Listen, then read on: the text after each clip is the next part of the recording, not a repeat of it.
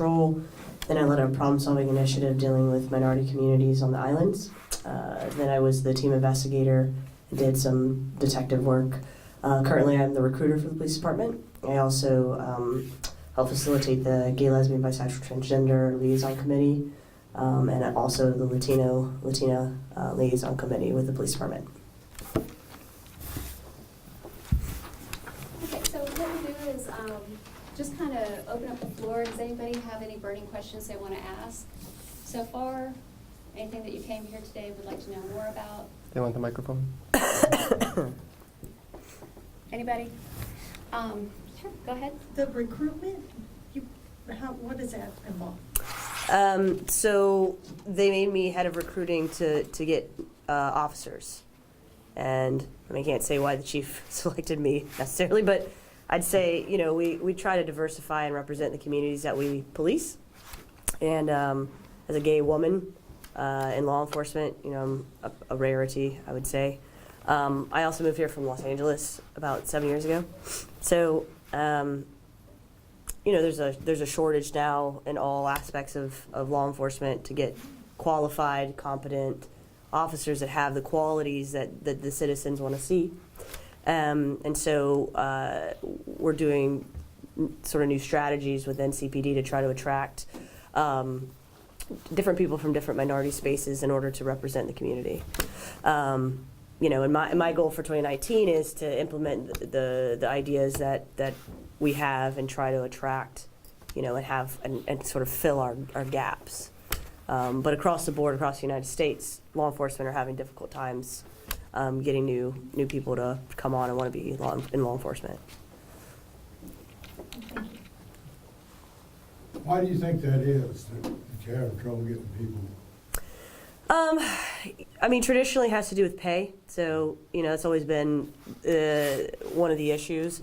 Also, the issue is that the climate now is very negative. Negative, you know, I'd call them stereotypes, but negative opinions about what police officers do, who we are as people. I think it's interlinked with some of the bad apples. The schedule, you know, we sacrifice holidays to patrol, to do investigations, sacrifice family time. You know, with climate change as it is, whether you believe in it or not, we have hurricanes, fires, so we're constantly dealing with emergency management as well. So I mean, it's a lot. You know, there's some spaces that are lacking in mental health, you know, and homelessness, and so they've used officers to fill those gaps. So they're requiring a lot more from police. You know, we have crisis intervention people now who, I know the sheriffs also have that, where we deal with people who have mental illness. You know, we're trying to deal with people who are homeless and treating them with respect and dignity, but you know, we're getting a larger homeless population here. So, I mean, all these things put a lot of stress on the individual, and I think, you know, Not an everyday 8-to-5 job, huh? yeah, No. I mean, it's a true commitment you have to do because you're called to it and you're passionate about it.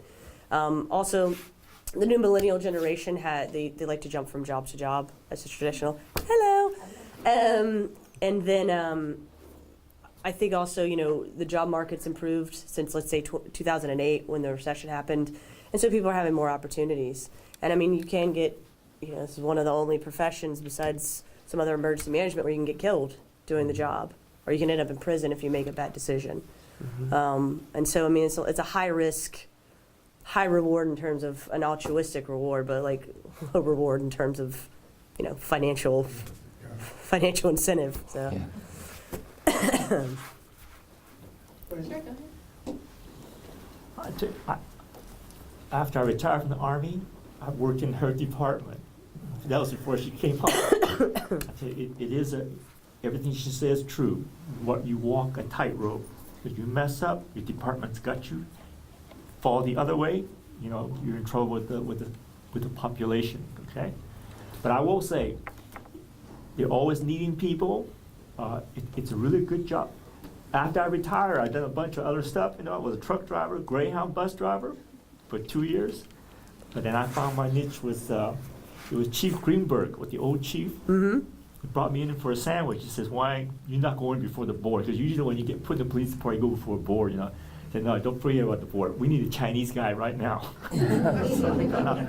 But within the department, if you spread the word out to be a policeman, you got all kinds of experiences of fun. I was a horse patrol guy. I rode horses for 4 years on, what's that park, Hampton Park? In Hampton Park. I patrolled that area. I was a school resource officer right here at John Dowland High School. St. John's. Yeah, St. John High School. I was a transport officer. I just want to supplement what you said. It's a police, we need people. That's all I want to say, yeah. I actually have a question for you, Officer White. How much change have you seen in the police force over the years? Like, have things changed significantly in recent years, at the very least with public perception of the police? Okay, I can't answer that question. Probably these three officers would answer better. Here's why. I retired in 2013, December. Close out the year at December 31, so I'm antique, okay? So I can only tell you from December 2013 and back. When let them answer that. When did you start as an officer? Okay, I started as an officer in April of 1999, and I did a full 15 years, and I was able to get a city retirement out of that. So, And I started, and I apologize for being late, but I started in 2003, and you're talking about perception change. I understand that's your question, and there has been. You know, when I started in 2003, of course, we had just had 9/11. Police were they were trusted, you know, and then as time has gone on through different things, social media has been a big impact on just everything, right? And all, if you guys, those of you who remember time before social media, and those of you who remember times before 24-hour news cycles, you know, I mean, things have definitely changed the way we do everything. So there has been a different, you know, a change in perspective, and it goes and comes. You know, I think there's one thing that I've learned, and again, I apologize if there were any introductions I missed, but my job is community outreach, and we see there are a lot of people who don't trust the police, but there are a lot of people who trust the police and just agree that they, you know, police need to be held accountable. And I tell you that there's, and I think everyone up here will agree, that there's no one who wants police to be held more accountable than police officers, all right? Despite what kind of gets pushed out, that police officers just all want to cover for each other, there's no one who wants the bad cops to be put out faster than the good cops. And that's because every single bad police officer out there impacts everything that we do every single day. And so and this is coming from personal experience. I had to sit and testify against someone that I worked with when they messed up, when they did something and they were terminated and they were indicted. And so as we were friends, we were buddies, but you know what? He didn't need to be in the job. And so there's a big myth out there that police officers just want to cover for each other. Police officers, we want the bad guys out more than anyone, because that impacts us. That impacts your trust in me if there's somebody in my agency, or even if it's not in my agency. Anywhere in this country, if there's a bad police officer, that affects how people feel about any police officers. And so, yeah, perception has changed, and we as law enforcement as a whole have had to adjust how we interact with people because of that. And it's something that we are constantly working on and constantly getting feedback from the community members on. I think we're one of the only, and you can correct me if I'm wrong if you disagree, but we're one of the only professions where if, you know, Officer Bob in Florida does something wrong, then it impacts all of us. If Dr. Smith botches a surgery in California, all doctors are not terrible surgeons. You know, but we're one of the only professions where we take the brunt of bad decision-making or certain decision-making made by people that I have no knowledge of, no affiliation with, besides the fact that we're doing the same type of career. And it's just an interesting thing that we take that on, that responsibility on. So, Can I just ask, since we're already talking about this, I mean, we did have the murder of Walter Scott, so a lot of us, still, that's in our own community, and so we still feel that impact and have been concerned about it. So what are the different departments doing to kind of reach out to the community besides, public forums, which we really appreciate you coming out today, to speak with us, but to just kind of help people understand a little bit more. If you could just speak to that as well. So one of the things I think that needs to be remembered with the Walter Scott shooting is that Officer Slager was indicted. And I think there was, from the law enforcement community across the board, obviously we're always training. You always hear in law enforcement, people say, oh, we need more training for officers. We are constantly training, and we do need more training, and we continue to get training. And one of the things that came out from that incident is that people saying, okay, well, first of all, body cameras, right? Body cameras were already coming. It was already something that was getting looked at by agencies across the country, and it was after that the governor said everyone's getting body cameras, and that was a process. That doesn't happen overnight. There was money involved. There were policies that had to be in place. But we, as far as the sheriff's office, we began testing body cameras, and all of that stuff came out through that. So forums, speaking, going to different communities and speaking with them, having, and I know the city of Charleston as well as North Charleston and the agencies around here really have kind of opened up the doors to say, hey, coming out. One of the things that a lot of citizens don't know about are ride-along programs. Every single agency, the three major agencies I can speak for, North Charleston, City of Charleston, and Charleston County, we all have ride-along programs that you can come out and ride with an officer or a deputy for no reason at all. You just want to ride because you're interested in what we do. You fill out the form. Now, there is a background check that has to be done. It's just to make sure you don't have any warrants on you. But you'd be surprised. But yeah, we've had people who've shown up and they were wanted, so okay.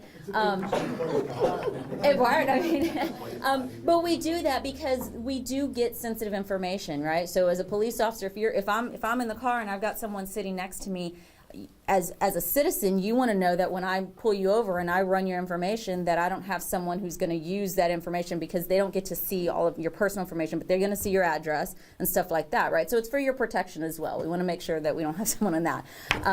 But that's a great way for people to come out and see what law enforcement deals with, rather than pulling up YouTube or pulling up social media where you're seeing someone's camera. Camera phones have been great because in the Walter Scott incident, we did get a different perspective on that, right? We saw what happened. But a lot of times when you don't know what the context of what was going on before or after, or from what's being seen over there versus what's being seen, 50 feet over here. And when you do a ride along, you get to actually see what's happening here right next to that officer. You get to talk to the officer. You get to ask, what are we doing? Why are we going here? Why are we getting out with this person? Why are you stopping this car? And you get to ask those kind of questions. It's a really good, has anyone done a ride along? Has anyone ever done one? Okay. Did you have a good time, hopefully? I did. Okay. Yeah. Now, I will tell you, law enforcement sometimes can be boring, right? Sometimes it's a boring job. You can ask these guys, it's a boring job, but sometimes it's a lot of fun. And did you guys run lights and sirens at all when you were in the car with them? We went, I'm from Connecticut, so I did it up there. I did a local one, which was very much more interesting than state police. State police, you sit on the highway a lot. Yeah. But when you take off, holy. Yeah, it is, and you're sitting there. So that's a great program. I think if you guys would like to get involved, I'm sure all the agencies would be able to. I would encourage that to everybody in this room to do it. I've had several residents do ride-alongs with me, and a couple of them, when they got in the car, they were honest and said, look, I'm going to tell you, I hate you guys. Said, but I'm doing this just, to go out on a whim to see if I can change that. And they had the experience of their life a couple of times with me. I tend to get into a lot of things. But by the end of it, they were like, I had no idea that it was actually like this. And I was like, it has its days where it's calm and then the storm comes. And they were just completely mind blown. They're like, you know, how fast you guys have to react, and that split set, he's like, that's insane. I was like, it's what we have to do every day. We don't get a choice. We just have to think on our feet and, you know, be on our toes. So I would encourage everybody to do it. And in reference to the city of Charleston, so after the AME church shootings and the Walter Scott incident, we started the Illumination Project, which is a project where we have listening sessions with different communities. I mentioned the liaison groups as well. So we had listening sessions with the African American community, a lot of African Americans on the east side, where we have a large African American population. Gay and lesbian community, the Muslim mosques downtown, the Latino community, and then we also just had a leadership academy with officers and citizens from Johns Island that came together and through the weekend had discussions, and we completed it, and we all kind of came to an understanding and figured out other ways to do listening sessions. We have a citizens academy where citizens can come and kind of see what it is to be a police officer. We've had civil rights training. We just, which we did a partnership with the College of Charleston to have civil rights training that just occurred. So in terms of our training platform, we do a lot of de-escalation training. We do civil rights training. I just completed with my colleague KJ gender identity training in reference to the incident that happened downtown with a transgender Latina female that got attacked. I spoke on a forum with the chief as well downtown to give the LGBT community a chance to talk about how they felt. The way it was put into the media, they used transgender as a noun and not as an adjective, which was very offensive. So we did some training on proper wording and proper words. So so after that had happened in North Charleston, the city sort of moved towards a more, hey, maybe we have some things we need to work on. And I think the new chief has really driven that home. One of the great things is that our Illumination Project actually made it into the police museum that they just built in DC. So now there's a display about sort of what we do. So if you ever get up to DC and go into the police museum, you can kind of see how that all happened and started. A lot of people don't know that because it just kind of happened. So that was kind of our personal department response. And then the things that the lieutenant here said as well. Yeah. I understand you said that you guys are looking for people. Mm-hmm. Like retired Officer Wang, when I retired from the military, I applied. No call, no phone call, no correspondence, nothing. Later on that year, I had an incident with one of your county officers, pulled me over for no reason, hit me up on Wadmore Island on Maybank Highway. I went to your, I guess your commander at the time, over on James Island, threatened me that I was lying about the incident, told me that we could do a polygraph. I said, fine, let's go now. He changed quick on me. I never heard anything about the incident. So my question to you would be simple. I understand that you guys are doing training and extensive. Can you explain to me exactly what is the training as far as dealing with the African American community and how we are perceived in the eyes of the police officer? And again, without knowing all the details on your situation, I'd love to talk to you afterwards. You know, we can definitely look into exactly what happened on that. So between, you know, as far as training, we do diversity training. We have, you know, we do de-escalation and stuff like that. Now, again, without knowing all the details of your incident and what happened. I can explain it very simple. Well, and I think He pulled me over, said my lights was too bright. This came on the vehicle, I bought the vehicle that way. Mm-hmm. He saw the paperwork, he ran the insurance on the vehicle I was driving. Then he asked me if I had any other vehicles, ran the insurance on those vehicles, and I asked the simple question, why would you run insurance on any other vehicle and I'm not driving them, even though they're home? You need to know about what this one I got on the road that I'm driving now. Mm-hmm. He got nasty with me for asking that question. I gave him the information on all of my vehicles. Mhm. All of them were full coverage under State Farm. Then he started asking me about if I got drugs. I said, dude, I just retired out the military. I haven't been home 3 days yet. I just retired. Mhm. I just got back here. And that's when it really escalated. Mm-hmm. And you said you did go and speak with a supervisor? If I remember his name right, it was a Latino young man, Alvarez was his name, from James Out. And that was county? How, County, when it was was county. this? Right there off of River. No, when was this? 2001. Okay, so I started in 2003, so yeah. Right, so, and that's what I'm saying, so I don't, right, and that's what I'm saying, so I can't speak for what happened and how that happened in 2001. And the name, and I don't know that name, that's why I asked, are you sure it was county? So if it was 2001, that would have been before me. So, you know, again. You started in 2003, correct? Yes, sir. Yes, sir. And there was no Alvarez here when I was started, because my maiden name's Avila. I was the only there was about 3 Hispanics. No, I know it wasn't me. I'm saying there was about 3 Hispanics at Charleston County at the time. So, and I would have known that name. So, you know, again, I said I don't know who he was by the time I started here. But I think, like I said, we've come a long way from 2001. I will tell you that we've come a long way from 2001. And a lot of that is, again, I mean, I remember in 2003 when we started, we were doing diversity training and stuff like that, which has grown even more now over the years, especially during the time with the Slager case and all the cases that happened throughout the country that were coming up. We have reached out to the African American officers and our deputies in our agency to discuss with us and say, okay, what are the perspectives? Our Chief Deputy Watson, grew up downtown, and he talks of his experiences as a young man, a young African American man, growing up with police officers and his interactions and why he decided to get into law enforcement.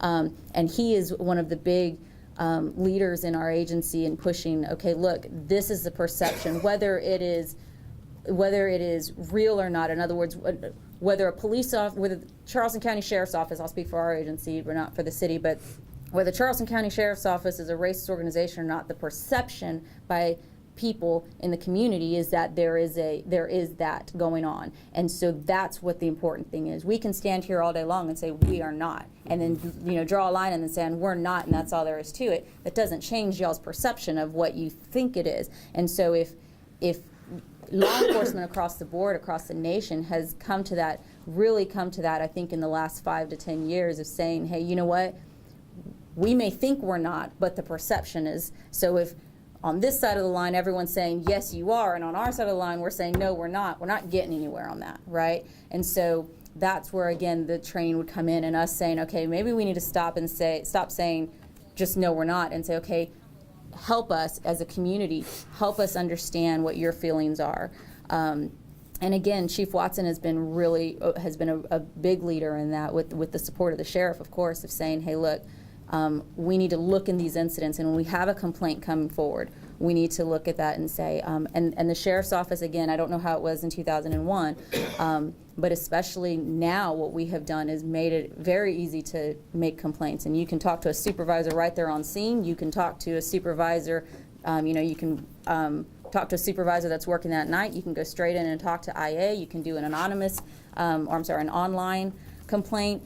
You can call in my office and we can point you in the right direction. So there's a lot of different ways. I will tell you that the sheriff will not put up with someone with the experience you're describing right now of someone just saying, well, you want to do a polygraph? No, never mind, we're not doing that. The way, I don't know how they were handled back then before me, but And that's the thing, right. I was expecting at least to have a follow-up or some kind Right. of correspondence back saying, this is the finding of Mhm. what we found. I never got anything. Right. I And never got a phone call, anything. I even went downtown, well, not downtown, on Rivers Avenue, Mhm. to your main office Mhm. down there, and I filed a complaint down there. and never Nothing heard was said. anything. And I never heard a word. Now, there's officers that come from county in my area on Waterloo Island. I've helped them with hurricane Mhm. accidents. I've helped with overturned trucks and Mhm. stuff, and they were all right with me. Mhm.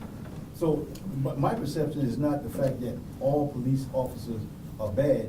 The problem is you got too many bad ones in there that's overshadowing those of you that are trying to do your job and doing it right. These are the guys that I want to see get out of there. They Right. shouldn't even have you in that role. Right. And as I said, there's no one who wants them out more than us. I mean, it's 2018 and 2001 has still had an impact on you. Oh, it did. It- because right. It wasn't just one officer. Right. It's something when you know you served your country, and I get stopped at night, and I am, the part I left it out on purpose because I really didn't want to bring it up. I was drawn on. And I was talked like I was led like some criminal. And I haven't been home, like I said, I ain't been home 72 hours good yet. I just retired from the military. And I'm getting talked to like if I'm a criminal. And the one that hurt me the most, my mother was in the car, and when she jumped out the car to find out what's going on with her son, she was cussed out by one of the officers. So can I just interject something? So, you know, policing 2001, you would not see a gay woman as a recruiter, I'm going to say, or a Latina woman as a lieutenant, or an Asian man, you know, having retired and having nice things to say. All professions change over time. And policing historically was a good old boy institution. It's been that way. Male, white. Fact. And Okay? that's what I Male, experienced. straight male, white. That's Okay? what I experienced. But so what's happened is that over the course of time, with the assistance of society and community and growth, policing as a platform has changed in terms of what people want and what people expect, which is given room to people who are well-traveled or well-educated. You know, the argument's always like African-American officers should only police African-American spaces. That's a very Southern thing because I understand the argument for it, but at the same time, don't you just want somebody that's going to be compassionate, sympathetic, empathetic, supportive, that's just treats you the same? That's what everybody wants, right? So I spent all my time for like a year and a half on James and Johns Island dealing with all those spaces. I spent a lot of time in Westchester, EME, a lot of African-American spaces. And I love those people, and now I still go back and participate. I got invited to their Thanksgiving event. The point is like, you want to attract people to policing who are progressive, who are empathetic, who are compassionate, who have experiences with a diverse group of people. Latin, gay, Black, Asian, Muslim, Jewish, it shouldn't matter. But before, a lot of recruitment tactics and a lot of energy was spent towards just heterosexual white men from the military. And those practices have changed.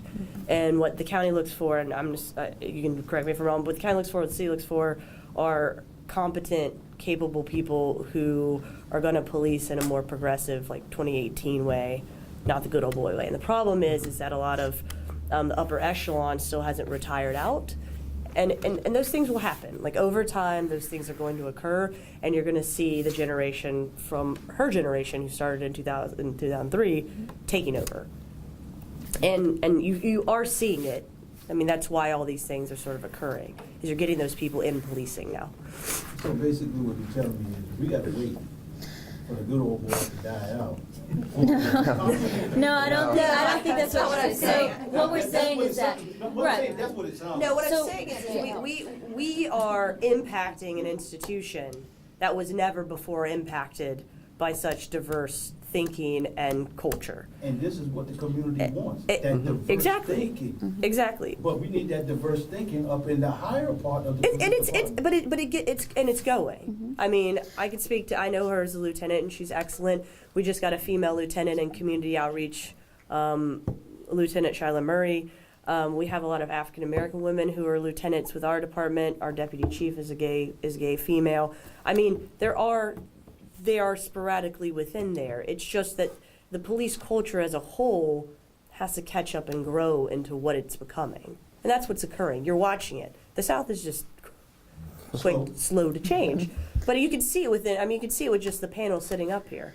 I And mean, I think- change is occurring before you. And I think It's coming. you've noticed that as well, because you said that was your experience in 2001, but yet since then you've had positive experiences with law enforcement, right? Outstanding. Right, and- Outstanding. And the people that I dealt with were like yourself. They were not from here. They were from someplace else. The ones that I have dealt with, officers that were from here, I wanted to kick them in their head. Because they're not thinking. But to me, it's kind of sad because you mean to tell me we don't have good people here that can get into the department with the same mindset of treating people like human beings versus everybody is a suspect, everybody is a criminal.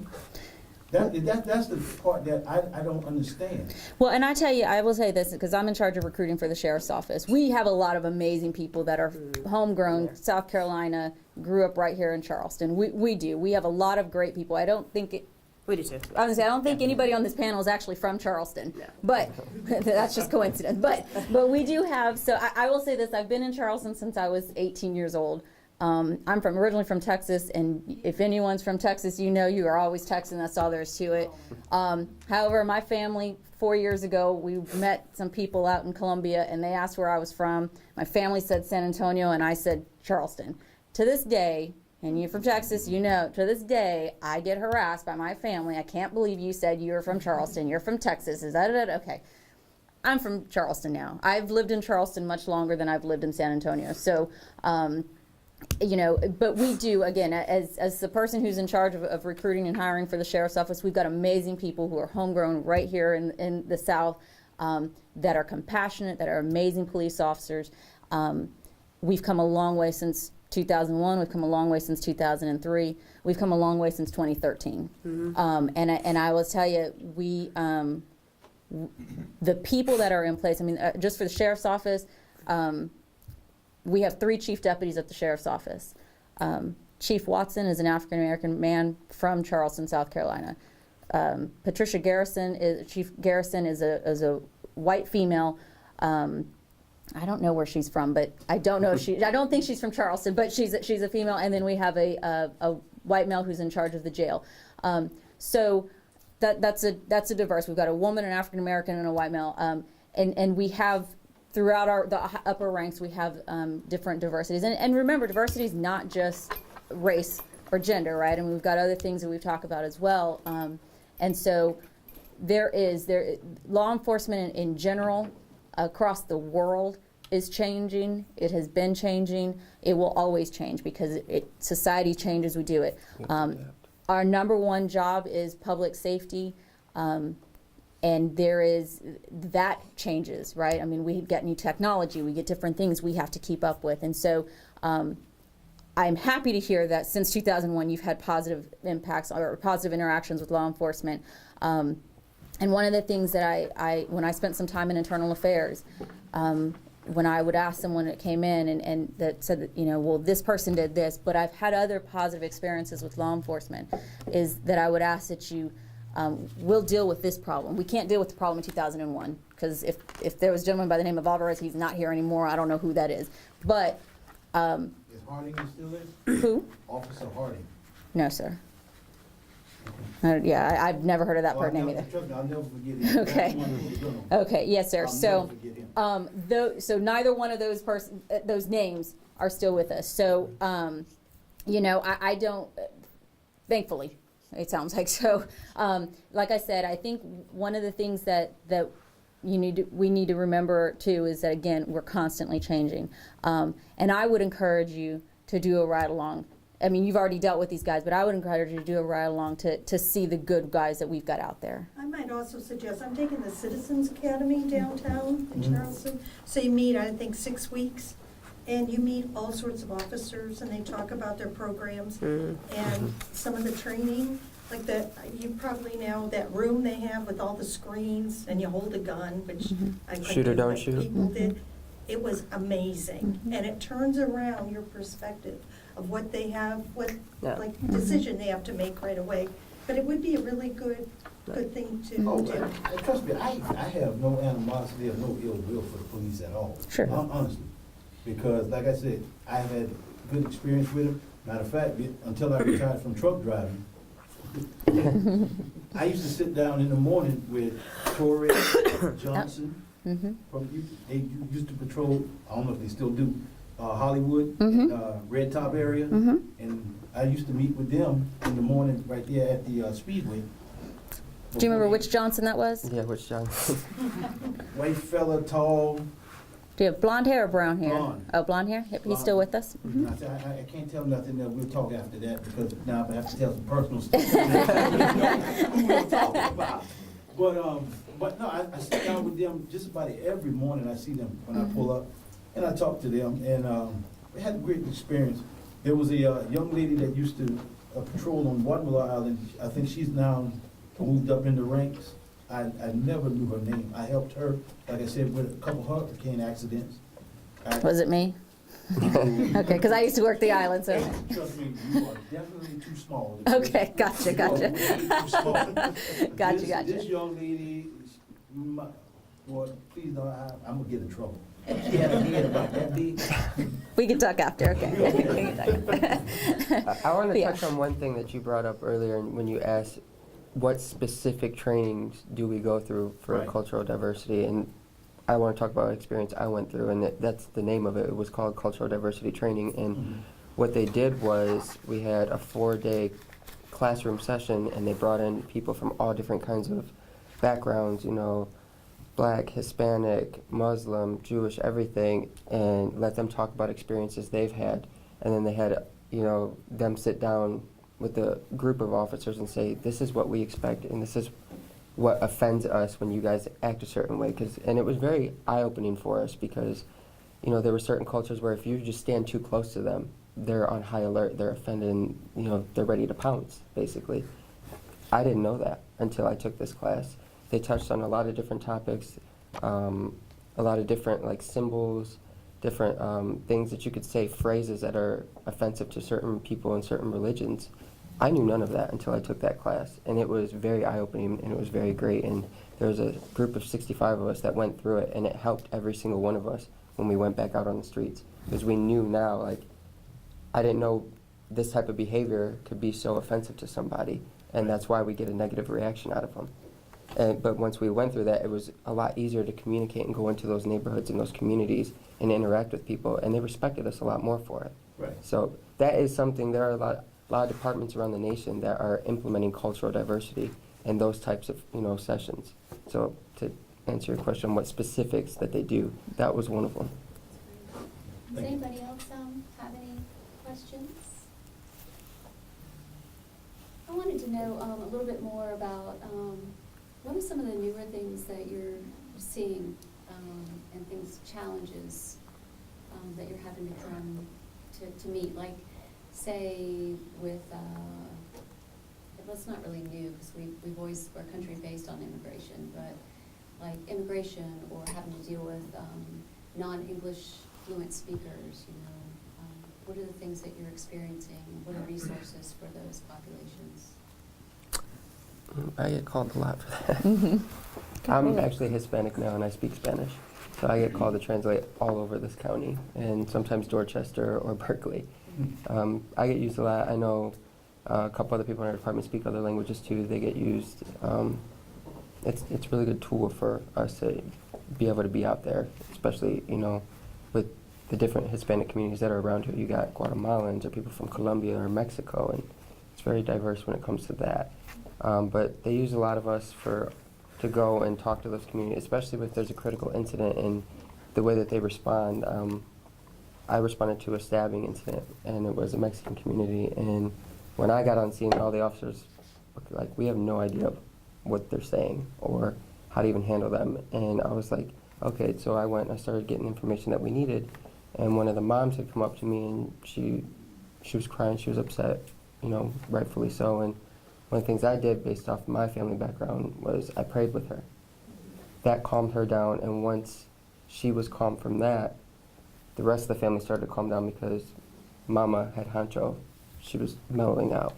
So we use a lot of different people that speak different languages to help on scenes like that. And also we have the language line. So if there's somebody that we can't get in touch with, we can do it over the phone. That's just one aspect of it. I had Miriam Walker, who now works for SLED, was our victim advocate that spoke Spanish. She's from Puerto Rico. And she vouched for me within the Latin community, so, which is important. It is. So, which I learned. And I had handled a case where in Island Estates where this gentleman kept coming back and beating up his wife, crossing the border like multiple times. And so the community saw I handled that before, and they already kind of knew who I was. So Miriam made some introductions to the Latino pastors around Charleston, and then to the activists up in North Charleston, if you guys know Lydia Cotton, who does Art Pot. So they started giving me opportunities when I was doing my problem-solving initiative to speak at the Spanish-speaking churches. So I spoke at a couple of those churches around town. We did a forum. You know, the attitude that's been backed by my command staff is that, you know, it's our job to protect all people that are in the United States, and your immigration status has nothing to do with me. What I did do is I went up to the jail and educated myself on how immigration works, because I was asked questions during those forums that I didn't have proper answers for, and I wanted to know for myself. And I realized that presidential politics has a lot to do with deportation. But a lot of the issue is that a lot of Spanish speakers are terrified to report crimes because they're worried we're going to deport them.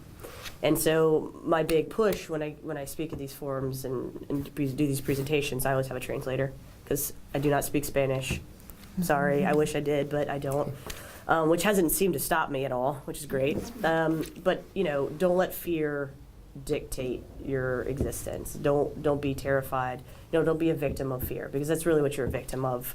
Is not just the exploitation of whatever's occurring, but you're being a victim of being terrified that if you tell someone if you've been raped or assaulted or robbed or whatever, domestic violence is a big one, that we're going to just show up and deport you, and that's a myth. Really. To piggyback off what you're saying, I had our OD officer had called me when I was working the road one day and said she needed help because a Hispanic female called in and she couldn't understand her, but she sounded frantic. So when I called her, she was very upset because her son was in jail and he was being held by ICE. That's what he was in jail for. He had to detain her. And she wanted to know what was going to happen. And I explained to her, you know, you would have to contact them because I don't work for that particular agency. And she said, well, I just want to know, you know, what's going on. And I said, well, how about this? I have a contact. I will reach out to them and see if maybe they can provide a little bit more information and I can relay it to you. She was very thankful for that because she was petrified to call ICE because she herself was illegal. And I explained to her, I said, ma'am, I don't work for the federal government. I don't work for ICE. My job, my coworkers' jobs are not to deport you. If there's a problem, it's our job to come and help you. Mm-hmm. You know, don't be afraid to call in, especially when she's worried about her son. He's only 18, he's young. And I reached out to my contact, and he gave me a little bit of info on what would happen. I called and relayed that to her, and it completely put her mind at ease. And she ended up calling back like 5 different times because she wanted to talk to me. But before that, she was petrified to even call because she thought we were going to track her phone and go kick in her door and take her whole family away, and that's just not the case. The perpetuating negative myth of law enforcement is pushed onto the Latino community too, because they're terrified of getting deported. And one of the nice things is now that I've been vouched for down here, now Lydia, they invited me last night to an art pop event. And, you know, now I know all the people up in North Charleston, and they're going to allow me to come up there and recruit for police officers and stuff. And so, you know, I'm just very passionate about the Latin community personally. So I became a police officer to support all people, and it just really upsets me that with the political climate as it is now, they're sort of villainized as an entity. Like, you know, the Latin community, particularly around Charleston, is incredibly loving. Super supportive of law enforcement for the most part.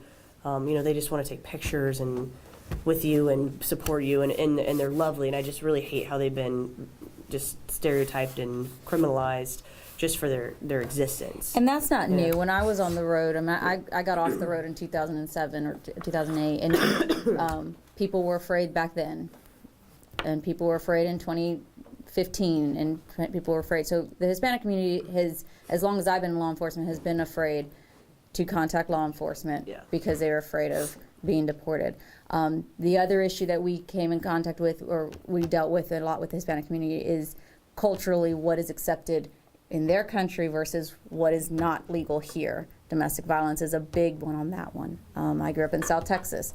We had issues with illegal residents who didn't want to call the police there for the same exact reason.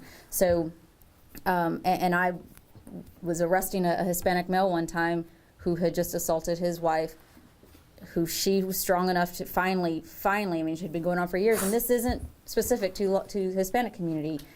Legal Americans, no matter what community, that are victims of domestic violence, sometimes do not report for fear of, list a bunch of things, right? For fear of what the community's gonna say, for fear of what's gonna happen, for a bunch of different reasons. But specifically in this case, the gentleman, as we were getting ready to take him in, said that I was only arresting him because he was Hispanic and I was trying to deport him. When I told him what my name was, then he got even more upset, because how dare I, as a Hispanic woman who knows what my role is with Hispanic men, how dare I come into his home and do that? So this is it's the cultural. It's something that we've dealt with for a long time. That's nothing that has just come up currently. That is something that we have always been dealing with, and that is something that law enforcement has always had to push through. Is that we are here on the local level. We're not here to deport you. We are here to make sure you are safe. If you need us, you call us. And that's something that we have been pushing into the Hispanic community in the Charleston area for years now.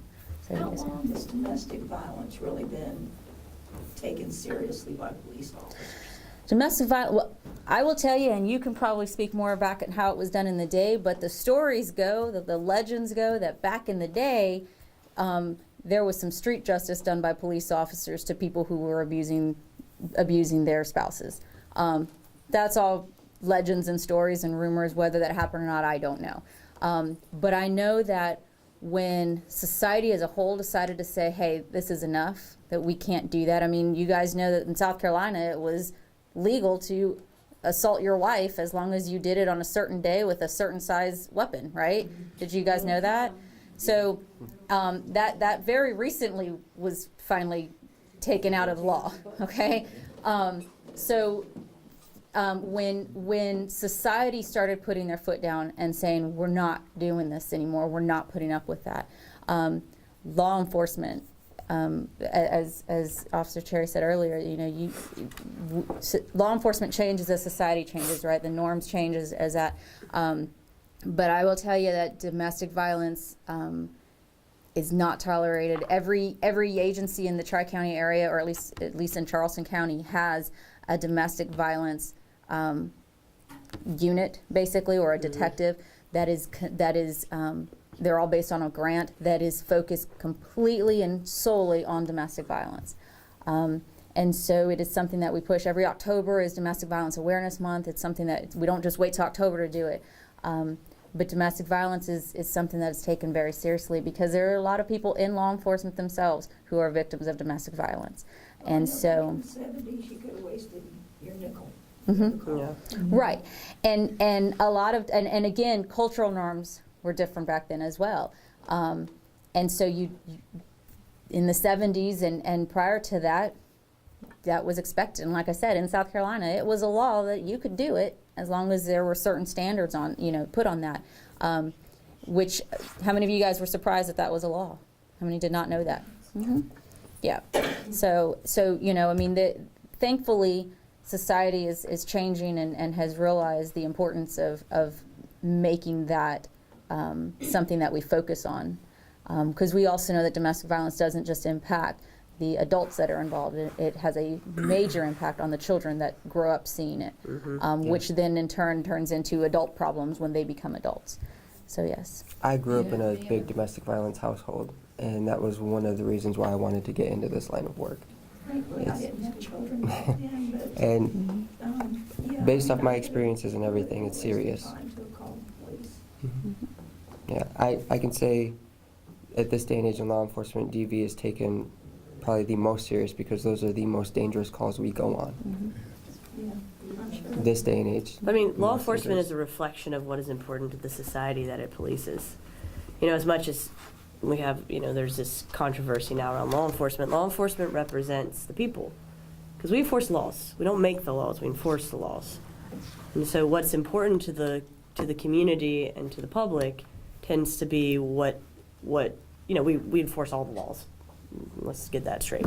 But what's important to people when laws change, the way that things are handled change. And so when society decided that women, were equal opposed to property back in the 70s, a lot of domestic violence laws started to catch up with reason. I think of it as reason. And you see people, be advocating for equality for women. You see people advocating for, women being financially independent. And so with that comes law enforcement able to say, to help and protect. And that's, again, I say with the movement and the transition in the world, that's how law enforcement also goes. And I just wanted to say too, because Officer Wang might not remember, but so when I started in 2012, Officer Wang was really like the voice for the Latin community here on Johns Island. And he was advocating for driver's licenses. Because I don't know if you guys know, but you can't, if you're not a citizen in South Carolina, you can't get a driver's license. It's a state thing. So he was really advocating and trying to have him change the law and was going around trying to make that happen. And he was a man before his time because he was trying to advocate for a people that really didn't have much of a voice. So I just want to mention that because that was something I really respected when I started my career here in 2012. So. I don't want to supplement what you just said. Good, I expected that. There was an article, maybe front page article in 2013. Because before I retired, I had to do this. I had to muster up courage to do this. Chief Mullen, who was my chief at that time, I told him I want to do this, but he waited 3 months and finally he says, Wang, okay, freedom of the press, you want to do it, go ahead. But there's my picture. So where did that issue go? Me and some Latino leaders in Johns Island.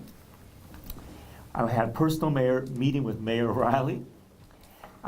Guess what? I even had a personal meeting with former Governor Sanford, okay? Former. They all say, yeah, Wang, that's a good idea, okay? But has made no progress, okay? So to end my talking about this topic, okay, I just simply say this. About 17 states now already have some sort of provision for undocumented immigrants. If the legislators get goosebumps because of prejudice or whatever, to give them a call or license, well, fine. Give them a permit with restrictions. So why? Because right here in this room, when Darlene Jackson was librarian, I had community meetings every 3 months, I had undocumented mothers say, hey, I get traffic ticket and I pay $235 with no license, right? I go pay the court cashier, I go in the parking lot, look left and right, and I take my chances all over again. Why? They got to do things ordinary citizens have. They go to Walmart to do the shopping. They got to go to make hospital runs. They got to go school runs, okay, sports with their children. But they have to take a chance every day. And therefore, I worked 2 serious accidents right here on Main and Maybank, at Circle K down here. Mm-hmm. A Latino mother, had a terrible accident here. But anyway, and I ride motorcycles, and some of my motorcycle club members, Blue Knights, are sitting in the back of the room. I have a hard time with, here's the reason. It's so simple, but politicians just can't see the big picture. 17 states already do it. Here's what I'm asking for. Okay, look. Give them a permit if giving them a license gives you goosebumps, okay? Give them a permit. Because why? Now you got the DMV written test. Mm-hmm. Now you get to go to DMV, have a road test, okay? So if you want to jump in on comments on this topic, go for it. But to this date, talking with all the heads that I've already have mentioned, Riley, former Governor Sanford, I've made no progress. The only progress I did make out of this room, okay, with Latino community immigration, it says called Post and Courier front page in January of 2014. Tuition policy prompts debate, okay? That one from this room itself, 2 American South Carolina born children. One goes to Trident Tech, one goes to Charleston Southern University. They, even though Charleston born, have to pay the out-of-state tuition. Why? Because mama and daddy are not legal.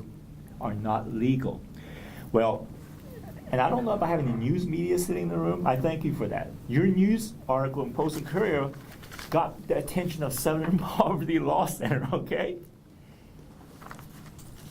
this issue is taken care of. With the Southern Poverty Law Center, 2 girls and myself, now today, these same Charleston U.S.-born kids, even though parents are undocumented, they pay in-state tuition. Yeah. But the driver's license is a serious issue. I just don't understand it. I don't know how you guys feel about this. I think that would be great. I mean, I think that'd be great, Yeah, too. I well, have a question going to that as well. Sorry, a comment and a couple of questions. My name's Stephanie Noda, and I'm an immigration attorney here on the island. And I do a lot of work with crime victims. And I would just say, I know we were talking earlier about the victim support, and specifically with the Latino community you guys try to do. I have had great experiences with both of your departments, with both the city and the county, in terms of your visa certifications, if you guys are familiar with that. And that's never been an issue. Unlike some other agencies in this area, I just want to say thank you guys for your interest. And I know a couple of you have mentioned that you even went to the jail or called up there and tried to get a little more information as to how ICE detainers work. And thank you so much for your interest in that as well. And you probably know by now that pretty much everyone that is taken into the county is not coming out if they are undocumented. Knowing that, my question is, what kind of discretion do you guys have on the road with pulling somebody over if they don't have a driver's license, making the decision whether to actually make an arrest, a custodial arrest, or just to write a ticket and let somebody else, a licensed driver, come get the car? How do you guys? So a make that lot of work? that goes, and this has nothing to do with the race or gender or ethnicity or legal status of person. It's just in general. A lot of that will have to do with the other circumstances. If sometimes we can say, okay, you're going to get a ticket versus go to jail on things on certain cases, and a lot of that just depends on the whole totality of it. Sure. So what we cannot do is just let someone go. One of the issues, especially when it comes to insurance, if we pull someone over, again, does not matter what their legal status is. If we pull someone over and they don't have insurance on that vehicle, and we allow them to drive off in that vehicle, and then they hurt one of you, we are held liable for that, and we cannot take that because our job is public safety, and so there's a whole list of things that then we have to do on that. So discretion on how each case by case goes just depends on each case by case. So is there anything I can, obviously I'm not advising people to be out driving without a license, but realistically, like Officer Wang was saying, people have lives, they have to get around, and they often ask us the question, what's the best thing for us to do? We're not trying to cause, we're just trying to we're trying to not go to jail. Is it best for us, if we don't have a license, to present an ID, a foreign ID, a passport, of course have insurance information and all of that? You can, but it's illegal to drive without a driver's license. And again, that's I don't care if you're an American-born, it doesn't matter. If you are driving without a driver's license, that is illegal. And where we can say, yes, you've got to get around and do, well, everybody does, but there's a reason why the state has decided that, and this isn't just South Carolina, every state has decided that you've got to have a driver's license to drive, and that's for safety reasons. The risk they're taking. Right. It's a risk that they have to take. So the answer Yeah. that Whether they're going to jail or whether they're just going to pay a ticket. So the answer Right. that I give is that it is, I agree with Lieutenant, it is illegal to drive without a license. Sure. However, I always say, if you don't speak the language in the country, it very much helps to have a lifeline on the phone. So to have a pastor or someone that you know that does speak English so that they can communicate with the person involved. It's like when I go to Italy, I don't speak Italian, and when they pull me over, I'm like, I wish I had somebody to translate for me. And so to have that, and then to provide the information that's requested to the best of their ability. If that means calling your pastor on the phone, Pastor Sanchez, he had all of his church members have him on speed dial, I hope, because I told them to call and say, hey, I've been pulled over in Spanish. And then he'll say, hey, this is Pastor Sanchez, his name is whatever, his date of birth is this, he lives here, he's a church member of my church. And then to go from there.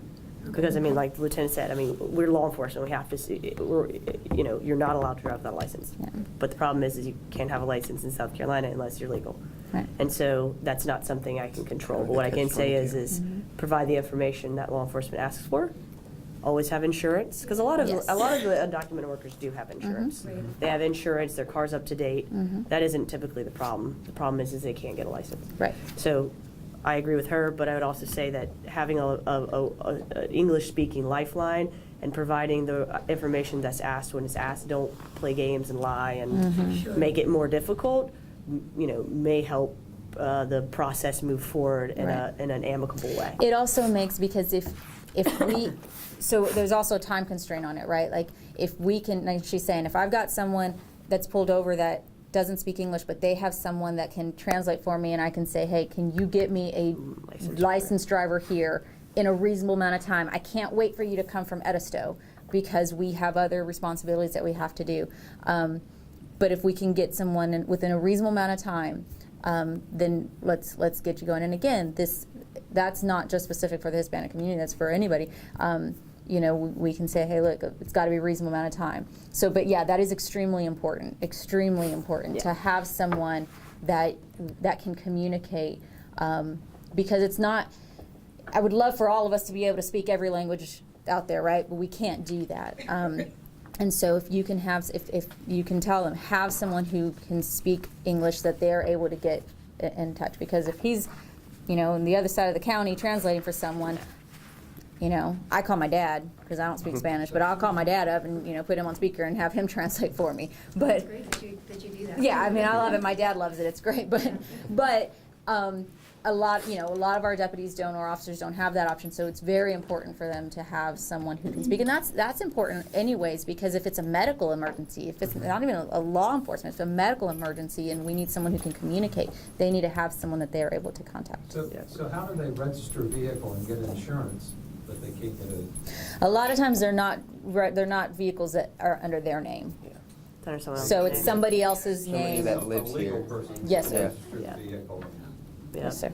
I will note too, because I did some research on a couple things. So I don't know if Officer Wing knows this, but I went to the DMV and was told by the DMV worker that they won't give me a Spanish guide for the test, for the DMV test. So then I had him call Columbia, which he was didn't want to do at first, but I convinced him. So I had them call the DMV in Columbia. DMV in Columbia told me that it wasn't what was the word they used? It wasn't a priority document. Yeah. I found one from like 2013 on the library internet, but it was like a gazillion pages and I wasn't going to print it. But I at least found one, but I don't know if all the driving information is up to date. But there is not a current, so they'll give the DMV test in Spanish, but they won't give them a study guide to study for the test, which makes no sense to me. But I figured that out. And then in terms of the jail issue, what happens is so if I write them for no driver's license and arrest them and I take them to the jail, the ICE actually takes over and charges them with an offense under the federal law for being here illegally, and a lot of the time my ticket will be dropped, and ICE will handle that instead, and it will go before a court within the federal government within immigration. Now, answer, because it's been a few years since I've been on the road, but if they have no other issues other than a driving without a license and they're arrested, is that going to be enough for a detainer on them? Yeah, Yes. I mean, even if they aren't ultimately charged with anything, I mean, if they go into jail, well, they're not going to go to jail if they're not charged, but if the charges are dropped or whatever happens, if ICE has an opportunity to interview them, and there's a 287G program, so county officers are deputized to do that initial interview, and if there's no evidence of lawful status, then ICE is going to put a hold, and since a lot of the priority enforcement priorities have changed this year, no one's getting bonds, no one's getting released on recognizance anymore. And that's what I was talking, because I know that they used to be Changed a released on lot. recognizance. I would say about a year. Well, I mean, it happened, I would say, within a few months of President Trump being inaugurated. Yeah. So when I mentioned politics before, so what used to happen is, so under a more Democrat presidency, they would come sporadically, like the vans would come sporadically. Some would get bonded out before they showed up, so there was sort of a lapse. Now they come, I don't even know, I think it's like It's every day every now. week. Is it every day now? So they'll come every day, and then let's say I gave them a ticket for no driver's license, they take them up there, they book them into jail, they're being held, ICE says, put a hold on them. They put the hold, that's how they don't get a bond or a bond hearing. So they're now held under federal control. The federal government will say, hey, we're going to move this over to federal court, so here's our court. They move them over to federal court. they take in consideration, do you have any family? Do you have a reason you should be here? Is there some great reason that you're here illegally? I love my family's, blah, don't care, whatever. Will you drop this ticket, Charleston officer? Yes, I will. Okay, we're gonna now charge them for illegal entry into the country. Oh, good, deport back to whatever country it was. That's like the elementary version of what happens. If you would like to fix it, that's the most elementary version of what I can explain. I did have like one more question and then I'll let Yeah. that be. So I think something that I'm hearing like from my clients is, we have IDs and we want to be respectful with the officer and we want to give them the information they're asking for, but this administration there's been a lot of rhetoric and a big push for expanding that 287G to officers that are on the road.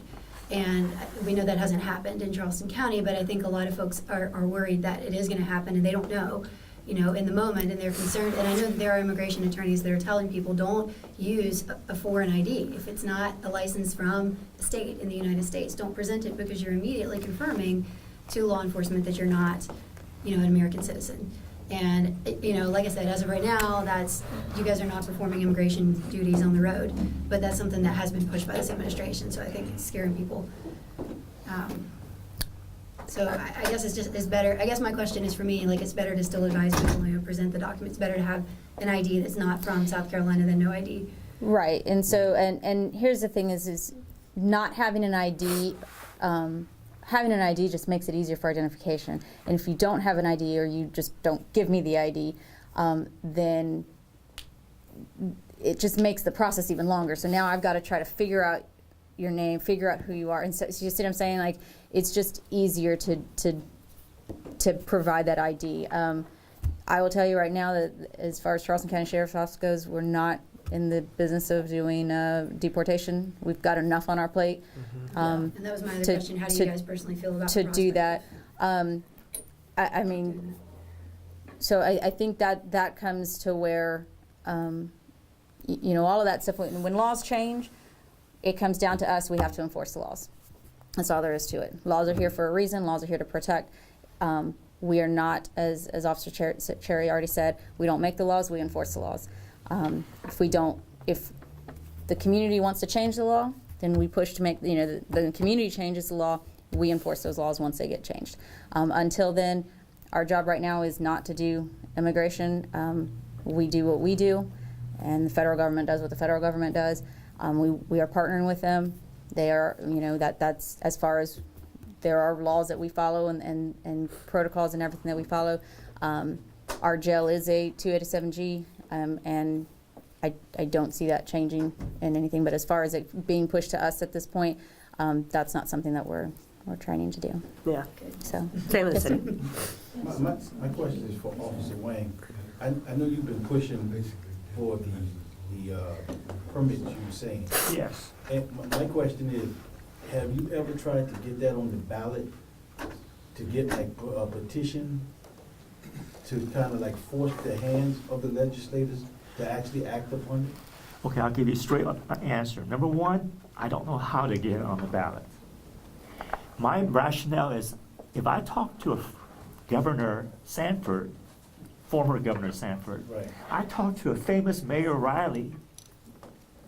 These are people in positions of power, and I talk to the judges every time when I go to court taking my people that I ticketed or whatever. Right. You would think these people that are power Mhm. would say, Wang, okay, this is what you gotta do. Or Wang, let me make a call for you. Because they are persons of power. But my struggle is, my frustration is, with the exception of the tuition thing, which I got solved, that's why it's not on the ballot, because I don't know how to get it on the ballot. Being straight honest. I think one thing that's important. I think one thing that's important about that, despite what your political beliefs are on illegal immigration, is several years ago, Bank of America started allowing undocumented citizens to have bank accounts, and there was a big debate on that. And from a law enforcement perspective or standpoint, that was very good, because before that, people who were in the country illegally would not be able to have a bank account, and so then they were holding their money in their homes or on them. We were having just a rash of armed robberies and burglaries in homes, and people were getting hurt because the criminal element knew that these people were not using, and I'm not talking about just Hispanics, it was just in different cultures, were not going to the bank. And so they knew there was money in here. And so we were there were murders because of it, there were armed robberies, there were assaults, everything was going on with that. And when Bank of America started doing that, I mean, I don't know if there were other banks doing it too, but I know specifically Bank of America did it. That helped us out a lot because it was a safety factor from the law enforcement perspective. Same thing with identification. If you have an identification, especially to get that identification for, and I'm not even talking about for a driver's license, that's the next level. I'm talking about just an ID to be able to identify this person as who they are and where they live. That is extremely helpful from a public safety perspective. Again, politics out of it, just public safety. That is extremely important, and it is helpful because there are many times that we come across someone who has been in a collision and cannot speak to us for whatever reason, and we don't know who they are. We don't know how we're there. You will also find a lot of Hispanic population that have multiple aliases, and it's not that they're giving false names. It's that the not understanding of the officer on how names work, especially in South American or Hispanic countries, and so, or Latin countries. And so that, I mean, you'll see someone that'll have their names, it's like 3 names, and they're jumbled up on all their aliases, and they're all 3 different ways. And I've had people say, well, Rita, I don't understand. This person keeps giving false names. And I was like, I kind of going to go out on a limb here and think the person isn't giving false names. It's the officer's not understanding the way a name works in the Latin culture. And so having an ID is very helpful. So, you know, I think that those are things, again, not politics, public safety perspective, which is what we do, is why things like that would be important. And you know, it would be helpful for medical personnel and for that kind of situation. So, and someone had a question? Yes, sir. In regards to communication between different levels of law enforcement, how much communication does occur between federal, state, local? Are your departments for the most part relatively well integrated, and is there pretty fast, streamlined communicative efficiency, or are there sort of like technical bureaucratic roadblocks? Yes and yes. So there's a lot of great communication between local agencies. There's a lot of good communication between local and federal agencies and state agencies. Now, have there been examples of breakdown in communication? Absolutely. We can list a whole bunch of those examples, right? But for the most part, we do. All of the agencies around here have task force with the federal agencies. So we have an FBI task force, we have an ATF, a DEA, all of those task force that work together. And for those of you who don't understand what a task force is, that the federal agency will have this task force, and each agency will provide 1 or 2 or however many officers to that task force. And so there is a meshing of it, and it's working together, and that information can be shared. When it comes to between local agencies, the same thing. We have like the Sheriff's Office Narcotics Unit is a metro agency. Now that only has, some of the agencies doesn't have the larger agencies like City or North Charleston, but they do communicate a lot. Our detectives communicate. Our guys on the road are probably the best example of that. These guys know each other, they talk to each other, they call each other, they hang out with each other. So there is communication. Can it be better? Sure. But as far as those interactions between, you know, again, there's plenty of examples of the breakdown in communication, but there's plenty of examples of good communication between the agencies. I would say that in terms of the islands, you know, the county and the city work really well together. Mm-hmm. Absolutely. Detective McCulley, who works for the county, really helped me out when I was doing the investigative work here on the islands. All the patrol guys that were over here, you know, that work Guatemala, Johns, Kiowa, James, you know, they're great. I'm very grateful to them for saving my life a couple times when I was by myself and got in some sticky situations. So I'm really, you know, very, very indebted to the county. So I feel like the county really, you know, shows up for the city, and I hope we do the same for you. Absolutely. And then in terms of federal, you know, when we have incidents, I can speak to the Heidi Todd incident that occurred here on Johns Island. Very great response from the county, very great response from the FBI. They were really easy to work with. They listened, you know, the fire departments, et cetera. So when critical incidents occur that are really important, they show up and they treat us with respect, which I greatly appreciate. But, you know, in terms of something to do with immigration or something, I mean, that's just well above what we do on a day-to-day capacity as a municipality and as a county, I would assume. So I can't really speak to that, but I can speak to those, to being involved in like the Manuel Church shooting or Heidi Todd or, you know, the hurricane response or something like that. And then the day-to-day workings between the county and the city and unincorporated and incorporated spaces. Yes, sir. Mi pregunta es para ti, ¿me puedes traducir en inglés, por favor? ¿Qué tipo de entrenamiento recibe la policía para eliminar las pandillas? Monday? ¿Qué tipo de entrenamiento recibe la policía para eliminar a las pandillas en el área de Charleston? Translate the question What for type everyone. of training the Yeah, police? the training that we get. Puedes decirlo en inglés si quieres. I haven't been in Charleston that long, so it's kind of hard for me to answer that. What was the Yeah, that's question? great. What different types of trainings, you know, that we go through. I'm sorry. For gangs, Gang activity. Yeah. Back home, gangs were one of my specialties. Here, I don't know much about the gang activity yet. I haven't encountered a lot of it yet, but back home, one of the things we went through, is we had a lot of MS-13 back in Ohio, and they were bad. A lot of shootings, drugs, obviously, what it encompasses. I haven't seen a lot of that here yet, so I can't really speak on that. You might be more inclined, because I've only been here for a year now.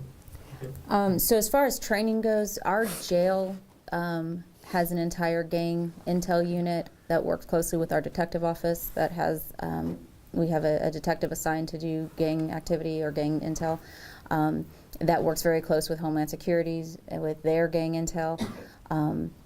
So they'll pass information out to the deputies and we'll do roll call information. So roll call training for us would be something that it's not a day of training. It is information that is passed out and given, or it might be a video or something like that that comes out of different things to look for and different things to notice when they're coming across an individual.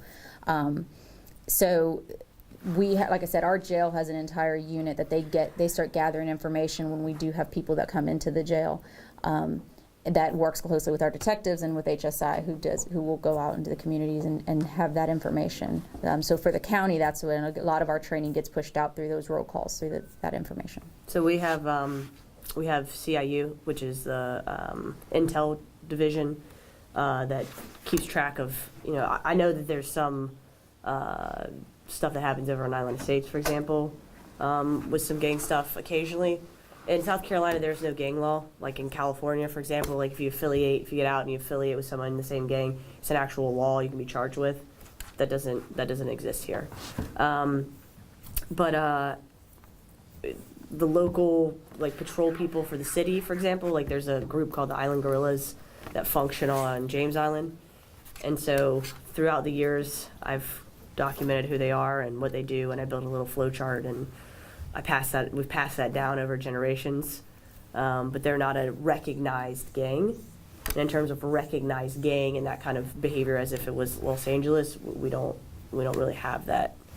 Back home, we Thankfully, had that same here law, in participating Charleston, in criminal gangs. I'm happy about that fact, because we have enough things to deal with. But I mean, I hope the citizens, if that starts to become an issue, I hope the citizens will at least call and say, hey, this is becoming something that's happening. Somebody needs to get on it. And we do have a gang activity here. It's not as prevalent as it is in some of the larger areas or in other states, thankfully, like you said.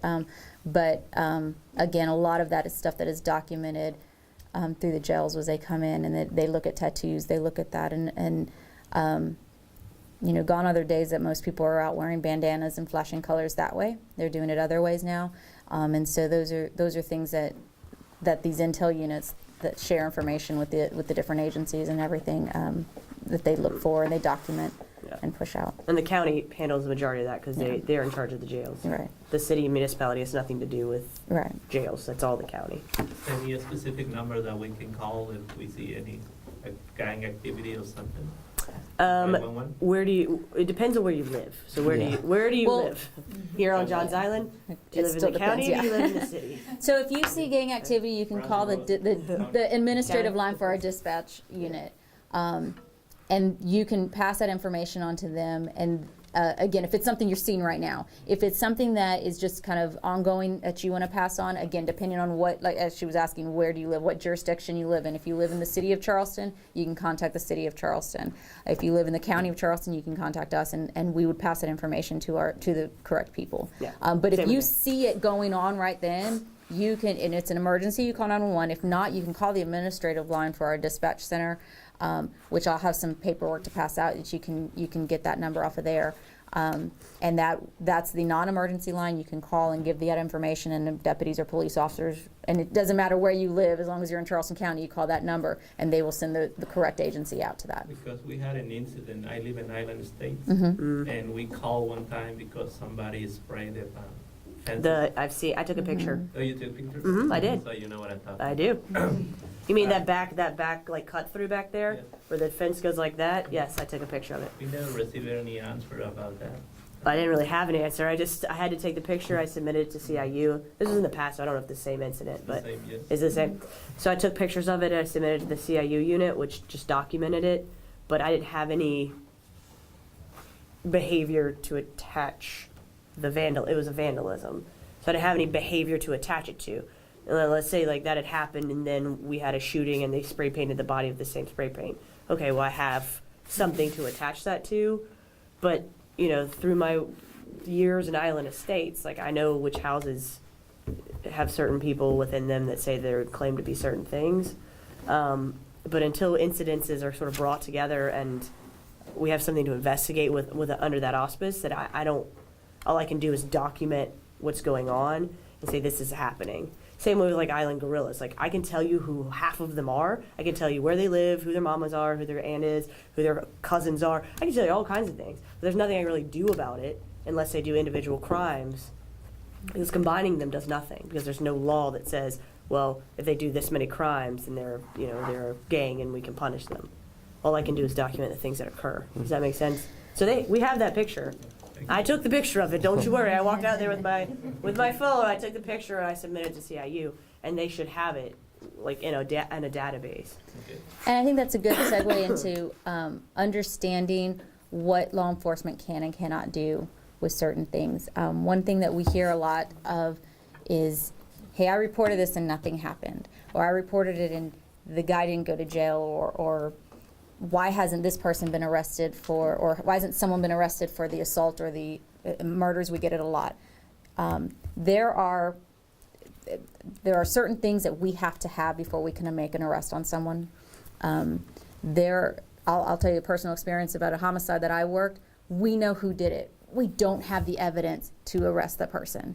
And that's very unfortunate. And so I think a misconception that people who don't understand the elements of the law that we have to meet is, and this goes with any crime, before we can make an arrest on someone, we have to have certain things that meet a criteria before we have probable cause to be able to arrest you. Just someone coming and saying, hey, Joe Citizen did this to me, or did this to the vandalism or whatever. We've got to have more than that. We've got to have information that we can do that. And that protects the citizens, right? So that way someone just can't come up and say, hey, this guy went and spray painted, or this guy went and did this, and we just walk up and lock you up based on what some random guy said. We've got to have some information. It's also why it's really important, and why law enforcement stresses to people is, please talk to us. Let us know when you got information. It's why if you've ever been a victim of a crime, we try to get some sort of recorded statement from you, whether it's on our body camera or on a car camera, or a written statement from you. Because sometimes, in some cases, that's all we need is that statement, but then you have to be willing to come forward and say, yes, I did this. Yes, I said it, and this is what happened. And unfortunately, we get a lot of people who say, well, I'm not doing that. And we can't go on any further with that. And unfortunately, law enforcement takes the brunt of that. Well, law enforcement's not doing anything. Well, law enforcement doesn't care. Well, law enforcement is just ignoring it. It's not. Again, there's a homicide that I worked where I am I can't say 100%, because if I was 100%, then I'd have enough evidence, right, to arrest the person who did it. But I am pretty sure I know who did it. I just don't have the evidence. And so what happens is we it goes cold, and then we get our cold case guys, and they go and look at it again and see if there's any more evidence. And that happens for a lot of different cases across law enforcement, are things. But we have certain things, and so, something like a vandalism, and like she said, and without a certain law that says just putting these elements together is enough to make a charge, we put it in a database, we sit there, we know it, we wait for it, we try to, it's law enforcement is proactive and reactive. And so when we we get pictures, we make files, we do all of that stuff. And then the second we can say, okay, here's the crime that can match this, that we can fill it in with this element for this law, then we can make charges on it. Correct. And I will also add that, a lot of what's frustrating is, if the victim stops cooperating or the witnesses stop cooperating, I mean, the case is over. And even though I'm Hands are tied. passionate about it and I care about what happened and I've done my best work and I've done what I walk in court for so many things, and the victim won't participate, and what's gonna happen? And I've spent all this hours and hours of time, like, really dedicating myself to it, and I just have to come to just be okay with the fact that that person is not going to get punished. With the exception of domestic violence. Yeah, with the Domestic exception. violence, the state has stepped in and said, you know what? We know that victims of domestic violence, and it's not just women, that victims of domestic violence will often not continue for a bunch of reasons. And so therefore, they have made it to where the victim in domestic violence does not have to agree to pursue it. Law enforcement steps in and as the state and said, all right, we're doing this. And that is what goes back to what he was saying, is why domestic violence is so dangerous for law enforcement, because believe it or not, somebody, and I'll use man and woman just because that's a very common occurrence. A woman could be physically abused by her significant other, by whoever it is, and when law enforcement comes in to make that arrest on that person, she now turns on law enforcement. It is why it is so dangerous for us. That's not the only reason why it's so dangerous, but that is a very real thing that has happened many times, where law enforcement officers are actually attacked by the victim as we're trying to help trying to take the suspect into custody. And so the state has said, you know what, it does not matter. Law enforcement has the authority to pursue those charges with or without the victim's cooperation on that. And again, that's for the protection of the victim and the children especially that are involved in that, because unfortunately we have seen that children grow up in homes watching this happening back and forth. Having police officers, there was a family on Wamala Island who those children knew me by name, by my first name. And I love kids, and I love kids to know me by my first name, but I want them to know me by my first name because they've seen me out in the park or something, not because I've been to their home so many times because of mom and dad fighting. And thankfully the law was changed that said it does not have to, the victim does not have to continue. So in every other thing, victims have to cooperate except for domestic violence. Okay, say the spouse of the victim. How often do you find after you've made that arrest and then they get to go back home that it's a repeat, that it was worse than the time before because they called the police? It happens quite often. It happens quite often. One of the things that we push at the sheriff's office is when you're ready. Because I can stand here all day long and say, you don't need to go back there. Don't go back there. Don't go back there. And the victim continues to go back there. And I think when a victim finally can, within themselves, be ready and say, okay, I'm not doing this again, that's when the actual change can happen. Because we can arrest the suspect over and over, and the victim will continue to go back. We see that all the time. Like I said, the family on Wamala. Every time the victim said, well, I'm not going to do this again. And sure enough, we were back there again. And those children saw that every single time. So we do see that a lot, and we do see that sometimes it is worse. We do see sometimes that, they separate for a while, and they have a restraining order, an order of protection against them, and then they reconcile.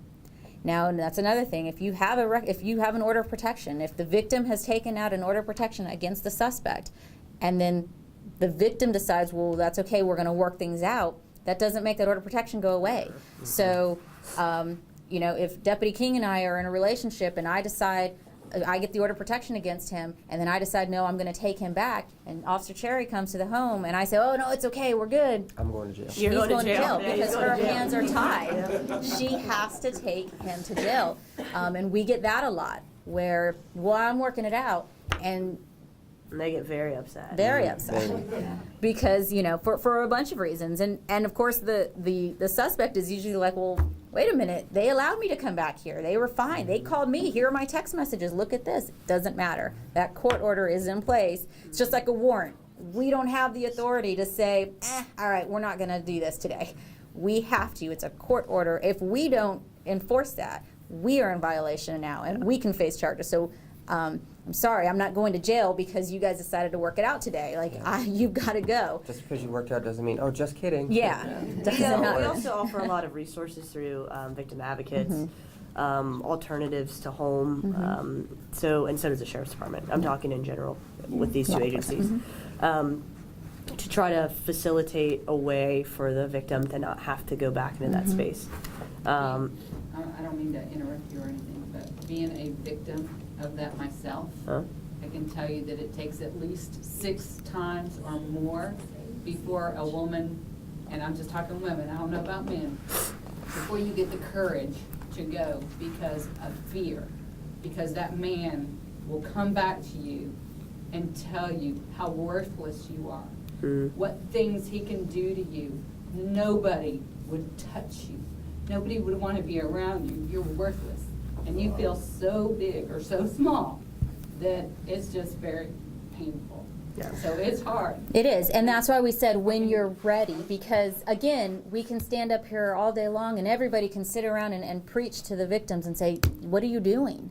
And in fact, the victims themselves will turn to their friends who are going through the same thing and say, what are you doing, when they're in the same boat, right? And we've seen this. But like you said, because of the emotion, because domestic violence is more than just physical abuse, because of the emotional stronghold that the suspect or the defendant has over the victim, it is, and the emotional abuse that goes on with it, it is extremely difficult. And it's also very easy for someone who's never been in that situation to say, I would walk out first time. First time this person puts their hands on me, I'd walk out. And we know that's not true. And so those are the things that, and it's frustrating. You know, it's frustrating for those of us who go back to that same home and see it over and over, and we see and we know that it's difficult for that person, that victim, to finally say, you know what, okay.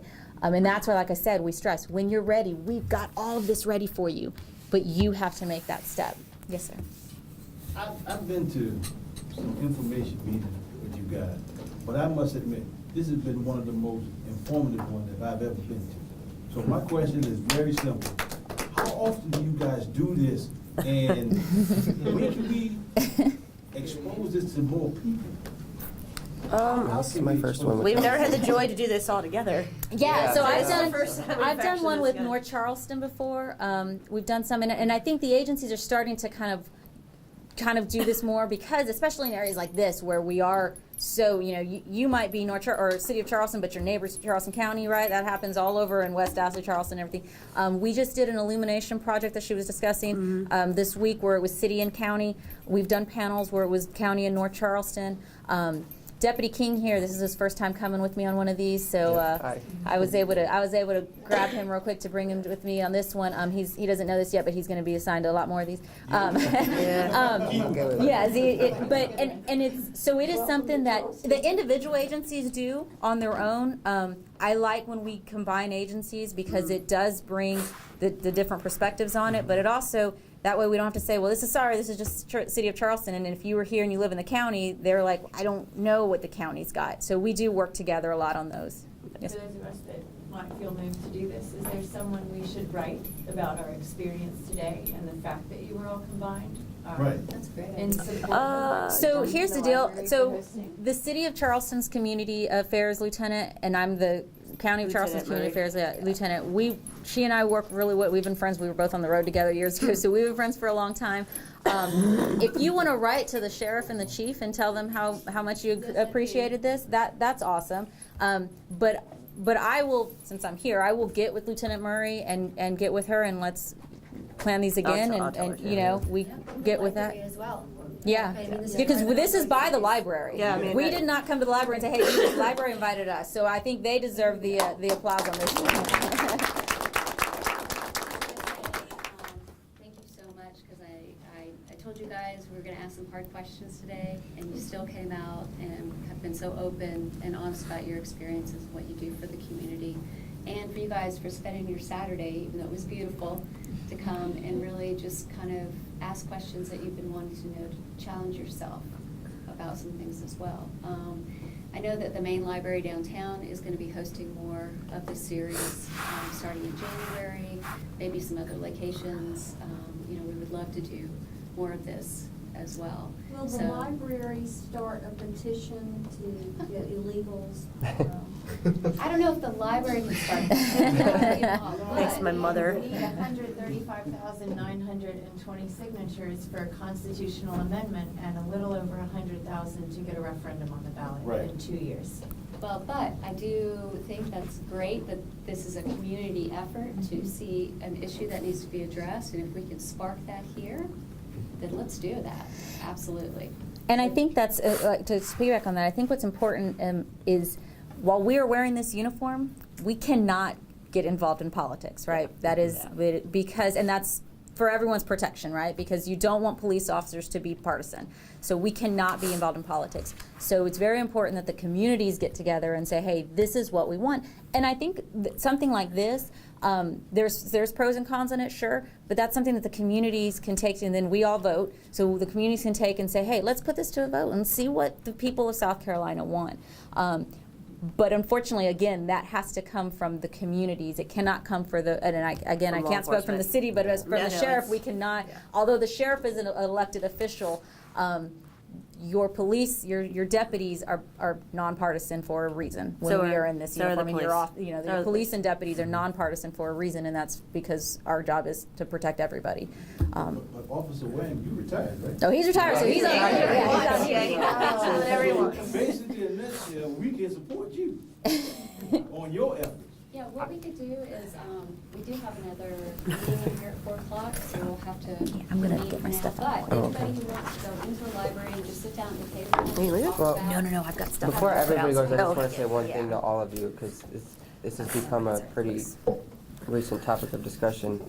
A lot of people think, you know, they're from all different backgrounds. They're afraid to call law enforcement for different things because they've had a bad experience or they don't think we're going to care. Every single one of us that swears an oath to serve and protect, that encompasses everybody from everywhere.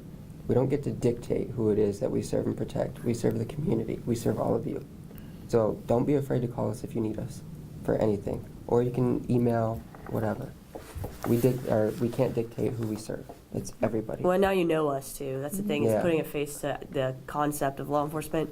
So if you have a negative experience, say, with the county, or you have a negative experience with the city, I mean, you can come and talk to me for the city. You Yeah. can talk to them for the county. I mean, and people do. Oh, they do. Oh, they do. So, you know, it's not just an empty thing to say that, but that's some of the things that need to start occurring too, is humanizing the stereotype of law enforcement as well, because we are people. You know, we're not perfect. We make mistakes. Mhm. But I mean, we are compassionate. We do care about people, and you know, if you don't get the answer you want from a particular officer, let's say, that doesn't represent every police officer. No, I would love for you guys to take that away. You know, we deal with a lot, and there's a lot of expectation on us. We try to do the best job we can. Mhm. Yeah, and I will say, as someone who's did time in internal affairs as well, and I take a lot of community feedback and not just complaints, but just, hey, questions, you know. Like she said, we are human. We make mistakes. Sometimes you might come across an officer who is just a jerk on a traffic stop. We're not supposed to be, but we're human. And how many of you guys get road rage when you're driving to and from work? Imagine 12 hours in a vehicle getting road rage. Now, that's not an excuse. We are expected to be professional. But I will very much say, do not hold court on the side of the road. And you may hear police officers tell you that. Do not hold court on the side of the road. There are mechanisms in place for you to, if you don't agree with the ticket, because if it's a ticket, if it's a traffic stop, because you think you didn't run that traffic stop, okay, you go to court and you argue that to the judge. Do not do that argument on the side of the road, because that doesn't make it better for anybody. If you don't like the way the officer or the deputy treated you, there's mechanisms in place, with the exception of your incident, there's mechanisms in place to complain or to have that. And now all police officers are wearing body cameras, and the city or the county of Charleston has car cameras. So there are mechanisms in place that we can pull that and watch that right there. Now I will say, and you've seen it on the news, and I've experienced it when I was as a supervisor and as internal affairs. We get a lot of calls that say, that officer was rude to me, or that deputy was rude to me, and they treated me this, and they said this, and we're like, okay, well, let's watch the video. And the officer wasn't rude. Now, they may not have been super happy and saying, hey, I'm so sorry, I'm giving you a ticket today, but they weren't saying things. And that's the beauty of these cameras. We're able to see what's happening from this perspective. So, again, and I know we have to go, but I've got some information back there. I know there's some information up here. But please, please, please, those ride-along programs, they're amazing. And you can ride for 2 hours or 12 hours. So What's the days on those rides? any day, Any day. 24 hours a day, 7 days a week. You just have to fill out a form that says, gives your information, so they can do that check on you real quick. Usually takes within 24 hours to get that approved. And then you say, okay, I want to ride. If you know a deputy you want to ride with, if you've got friends or relatives or someone, you can ride with them. Otherwise, you show up and they'll assign you to ride with someone. And it's an amazing program. And if you're interested in that for either agency, just get with us, and we'll do that. The age limit for the county is, I think it's 16 is the minimum.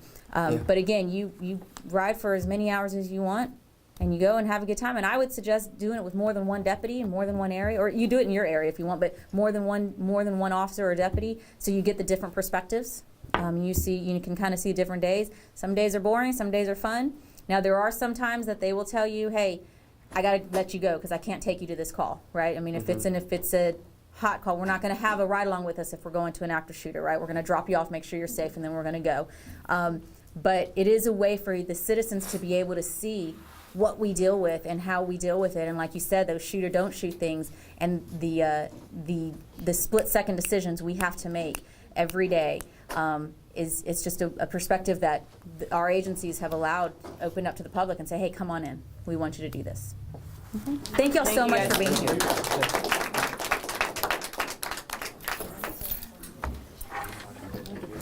Sorry. Yeah, I'll help you.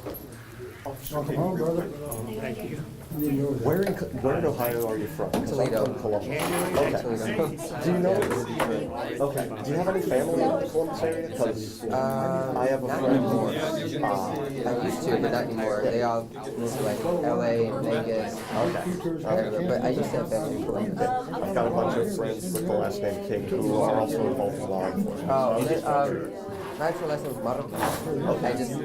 I took this name out of respect for the guy that raised me. Okay. Versus who my real dad was.